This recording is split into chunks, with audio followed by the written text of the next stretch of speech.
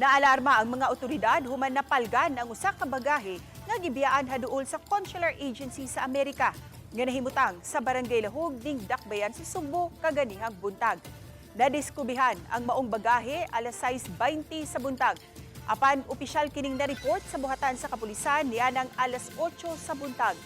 Nakadawat og tawag ang maong istasyon gikan sa security guard nga giilang si Security Guard Franklin Yasi nga nagpahibaw sa kadudahang bagahe.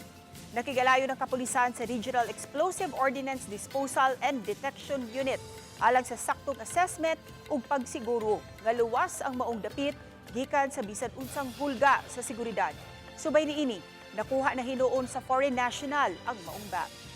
Kung iawag ang katawhan nga dili gyud magpataka og butang sa ilahang mga gamit, isa sa rason is basin noon makawat o sa panadiha na yung mga valuable na mga sulod diha.